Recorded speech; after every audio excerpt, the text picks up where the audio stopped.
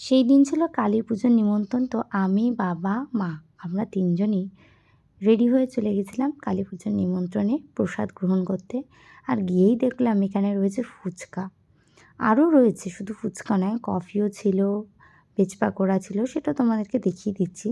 আর এখানে দেখো প্রচুর লোকের সমাগম ছিল, প্রচুর লোকের নিমন্ত্রণ কিন্তু ছিল এই কালী পুজোতে। আর ইনি হলেন রঞ্জিত জেঠু এবং তার ছেলে, যাদের বাড়িতে আমাদের নিমন্ত্রণ ছিল। আর এখানে চলছিল ভীষণ সুন্দর গান।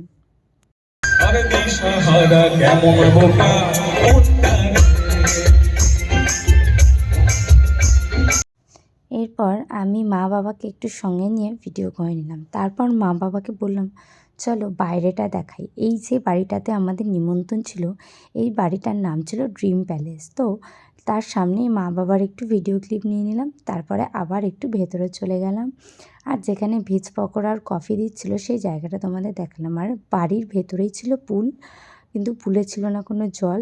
তারপরেই ছিল পেছনে সুন্দর একটা দোলনা। আর দোলনা দেখবো, দোল খাবো না তা তো হয় না, তাই মা আর আমি বসে বসে দোল খেতে শুরু করে দিলাম। আর এই মুহূর্তটা না একটা অন্যরকম। এই প্রথমবার আমি আমার মায়ের সাথে বসে দোল খাচ্ছি, কারণ খুব একটা বেশি এরকম মুহূর্ত আসেনি, মানে ছোট ছোট দোলনা ছিল। এরপর আমরা খেতে বসে পড়লাম। আর খাবারে কিন্তু অনেক কিছুই ছিল, দেখতেই পাচ্ছ, খিচুড়ি, বেগুন ভাজা, পোলাও, পনির, আর ছিল ক্ষীরের পায়েস, সঙ্গে ছিল রসমালাই, আরও অনেক কিছু, নলেন গুড়ের রসগোল্লা।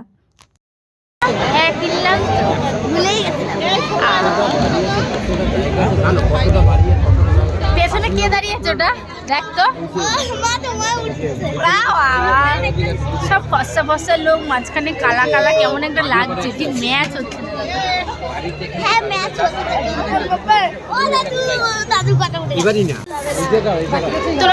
তোদের খাওয়া হয়ে গেছে তো? থালা পরিষ্কার, উঠে পড়। থালা পরিষ্কার মানে খাওয়া হয়ে গেছে। আর ইনি হলেন রঞ্জিত জেঠু, যাদের বাড়িতে আমাদের নিমন্ত্রণ ছিল। ট্রেন চলে গেছে কিন্তু আমরা পরের ট্রেনটায় যাবো বলে দাঁড়িয়ে আছি। আমাদের বাড়ির এত লোকের, মানে আমাদের ফুল ফ্যামিলির আর কি নিমন্ত্রণ ছিল। স্টেশনটা ফাঁকা ছিল, তোরা আসলি পর ভরে গেল। তোমাদের গাইস করতে হবে না, খারাপ না তো কেউ, এই তো দেখা যাচ্ছে তো। নে তো বন্ধু, এত রাতে ট্রেনে করে কোথায় যাচ্ছিস সবাই মিলে?